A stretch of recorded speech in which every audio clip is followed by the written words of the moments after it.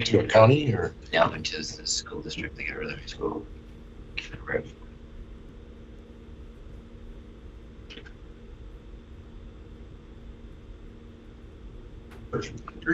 Right, Deerfield. Yeah. 2011. Oh, that's right here. Education. Take out. That's near Ohio, isn't it? Too close. I found out my husband was born in Ohio. We got married and I almost called off the wedding. How far into Ohio? Toledo. Oh, that's not bad. They're almost Michigan. A lot of Wolverines down there. In 419. Our high school cross country team from Are we live? Okay. We are live, folks, just so you know. We're going to go to call the meeting of the Ways and Means Committee for April 2nd to order. Let the record reflect the starting time of 3:30. All committee members are here, which we certainly appreciate. It takes us to the meeting minutes for March 19th, 2025. Vice Chair, Councilman Garrett. I make a motion to approve the March 9th meeting minutes as written. So there's a motion on the floor for the discussion. All right, just very quickly, I do want to, in the minutes, it's reflected that we had a resolution in front of us dealing with supportive statements from the project request of Senator Gary Peters. And part of that conversation, it was a great conversation, was a discussion on what does prioritization look like, right? So I believe it was Mark that said, look, if we can get, 2 of these projects funded, that's a good thing. So we talked a little bit about how do we express prioritization to our congressional leaders. And Mark, in that meeting, assured us that the project at Pleasant Grove Homes was a priority for the administration. So I wanted to acknowledge as part of the record that Nick actually stepped in after that meeting. There's been some subsequent correspondence. He has made it very clear that that is a priority for his administration. But also I wanted to thank it was also told us that broad-based community support certainly impacted, whether or not our congressional leaders could support certain appropriations. And we have had just an insane amount of community support for that particular project. So I wanted to thank a few groups, the Luton Rich Neighborhood Association, Churchill Downs, Rejuvenating South Lansing, the Southwest Action Group, Commissioner Johnson with the Ingham County Board of Commissioners, Senator Anthony with our state legislature, Senator Brent Forsberg, Elaine Wombald, Joe Neller with Simtown Management, and there's really a host of others. All wrote letters, made calls, things of that nature. So if they actually ever put a budget together and there's ever any actual appropriations approved, we're certainly hoping that enhanced the likelihood that might be accepted. So just wanted to, as part of the record, put that out there. With that said, there is a motion on the floor. All those in favor say aye. Aye. All those opposed, same sign. Motion carries. It takes us to public comment. Do we have anybody physically with us today that would like to make a public comment on item B, C, or D? Seeing none. Faith, do we have anybody? We do not have anyone. We do not. Okay, fantastic. So that takes us to item 5. Our first item is a resolution that pertains to a grant acceptance from the Michigan Drug Court grant for sobriety court of $30,000. We have the amazing Ms. Brewer with us, so we are going to turn the floor over. And please talk to us a little bit about this grant, obviously what it's going to fund, maybe the timeline, and then we'll open it up for questions and comments. Sounds great. Okay.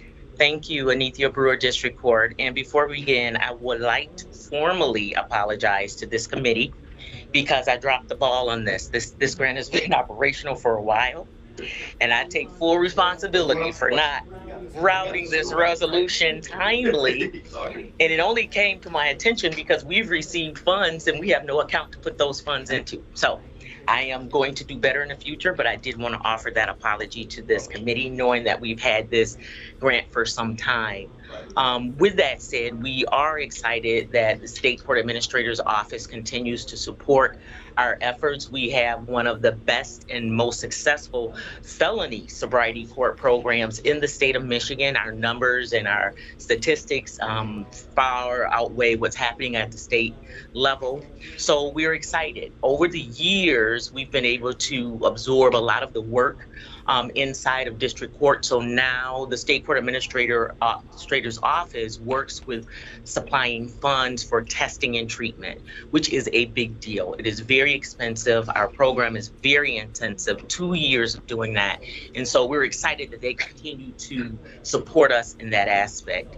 So I am going to turn it over to Brianna. She's our chief PO who has some stats for you all and where we're sitting, and then we'll take questions from you. Hello, everybody. So a little background about our program. Currently, we have 21 active participants in our sobriety court program. In fiscal year 2024, we had 13 new participants admitted. 10 were discharged, 5 of those were successful, 5 were terminated unsuccessfully. Total admissions since 2005, when the program started, is 261 participants. Total discharges since 2005 is 239. 156 of those discharges were successful, so that gives us a 65% successful completion rate. I wanted to throw out there our next graduation is scheduled for this June, and we expect to have 5 graduates, and this will be our 40th sobriety court graduate.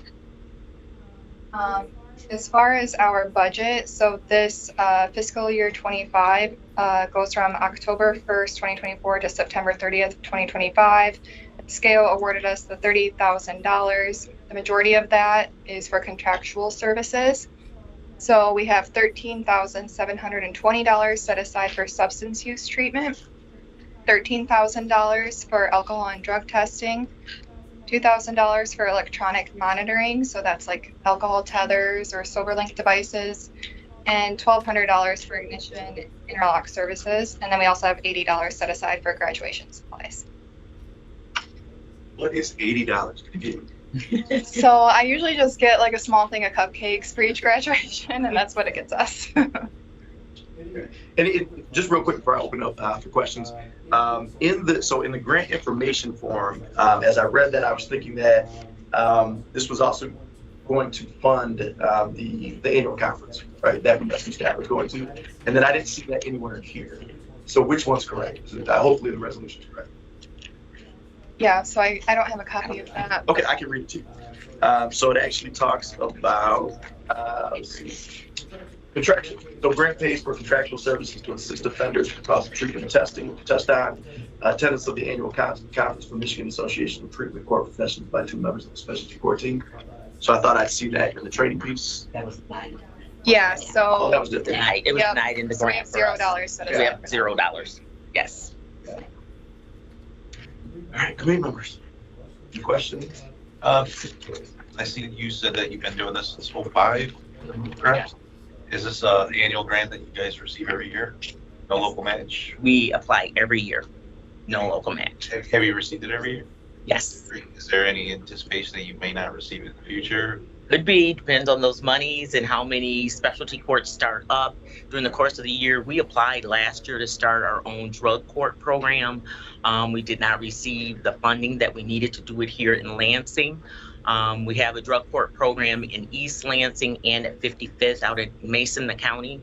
And because they're so full, we're not able to transfer or put some of our clients in those programs. So we are looking to possibly apply again this year, but they take that pot of money they have, and depending on the number of applications they get, they divvy it up. And this one has been on the books for so long, and it's also a felony sobriety court, which is different than most around the state. So they've been supporting it for that long. So I didn't have the numbers obviously for the committee, but when you look at 65% success, consider the nature of that would get somebody into this, right? This program. Yes. Pretty fun. I'm asking out. That's really, really good. Yeah, if there's no other questions, just need a motion. Oh, wait, real quick. Your Honor. I want to recognize the work that you did in taking a look at this. We know that you approved, or I should say, that you recommended approval. Do you have anything to add? I'm just asking for the program funding. Is this adequate for what you're able to spend? Are you able to spend it every year? Do you feel you need more to fund it?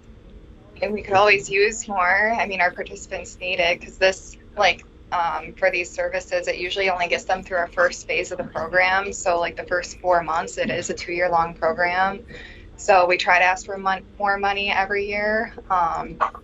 So yeah, we try to spend it, so they'll keep giving it to us, but yeah, we could always use more. And like I said, normally we have money set aside for training. I think that was the confusion there. And we cut that out this year so we could have more money set aside for our participants. Congratulations. Good job.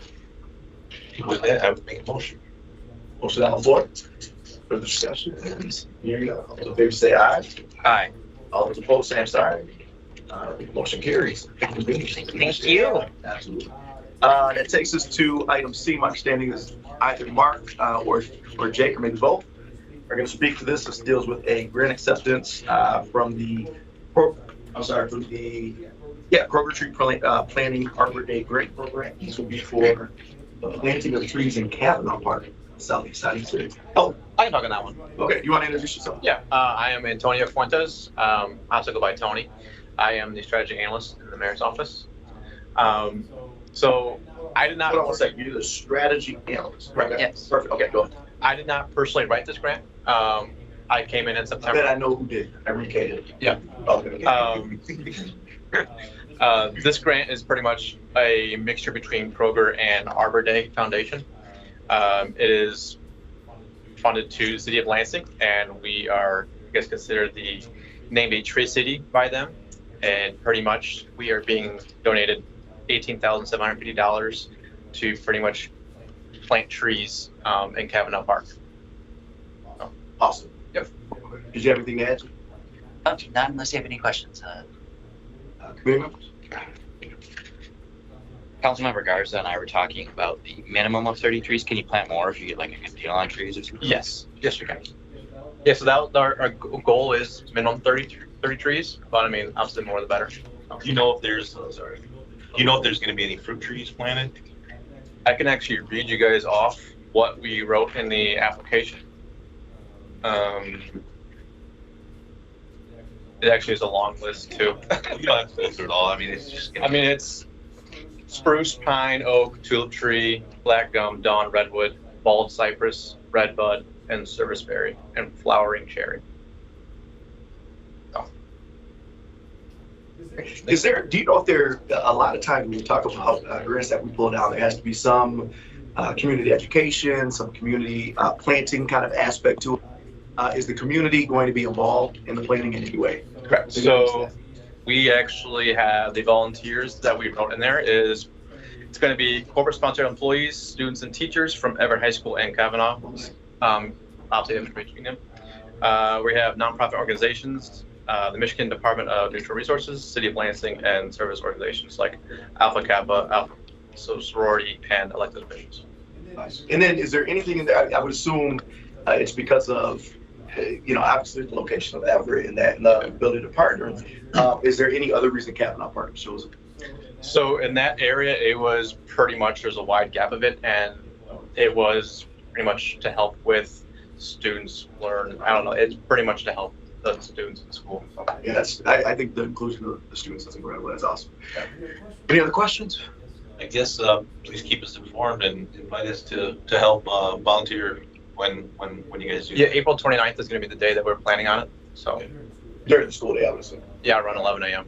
Fantastic. And then just real quick before I ask for a motion, if you look at the resolution, just to clean it up for final council consideration, the second, whereas, very minor, but the third line, there's a space that's needed between 21, the word joint. So to get that as part of the motion. Yeah, what Andrew said. Okay. It's reflected. So Moved. all right, fantastic. There's a motion on the floor. Is there further discussion? Seeing and hearing none, all those in favor say aye. Aye. All those opposed, same sign.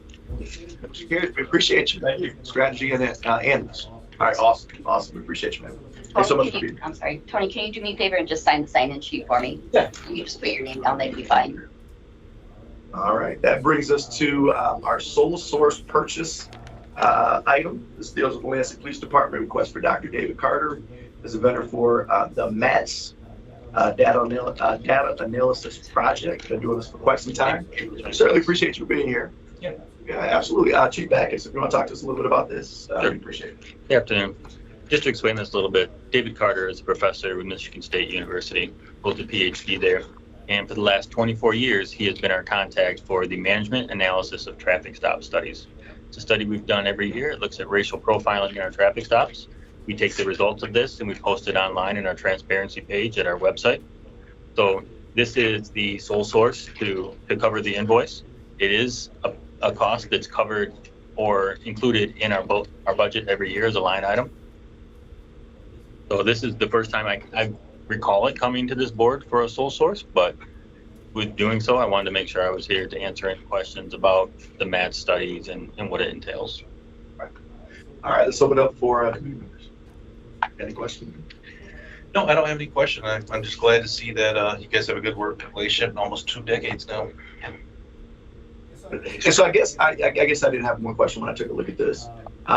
We've been spending about $19,500 on this since 2007.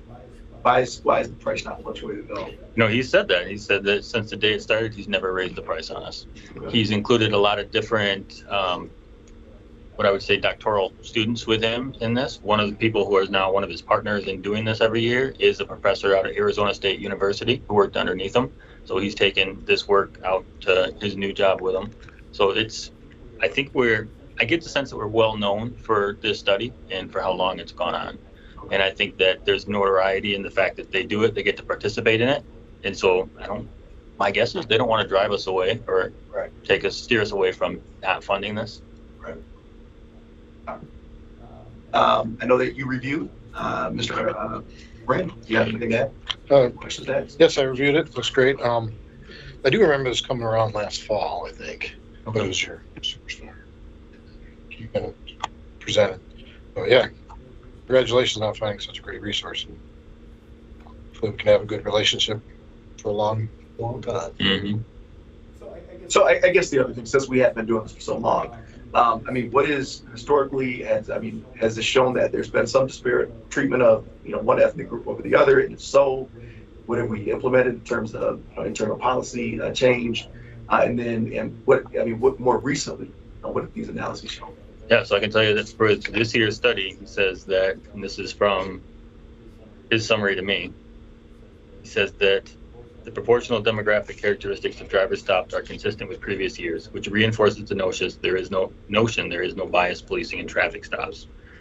He goes on to explain a little bit and say that the proportion of minority drivers stopped is higher than proportions of minorities in Lansing census population. And they go into some depths in the study describing why census data is not the best metric for comparison and cite empirical research and footnotes, as well as reports with the National Institutes of Justice to support this. He noted that we had a 21% increase in traffic stops. And so departmentally, we had a bigger push to do more traffic stops and write more citations. That was part of the Operation Slowdown. So that is in line, what he's finding is in line with what our efforts are. And he says that his biggest thing that he looks at is the number of consent searches that we do on traffic stops. That's the number one thing that their organization looks at for bias policing. And he found that in traffic stops, in our consent searches are very low, only around 2% of all of the traffic stops we conduct. Any other questions? Concern? We have a motion to place on file. Make a motion to place on file. Motion to place on file. Further discussion? Seeing and hearing none. All those in favor say aye. Aye. Aye. Those opposed say sorry. Motion carries. Thanks for being here. Yeah, thank you. All right. If there's no other business before the body,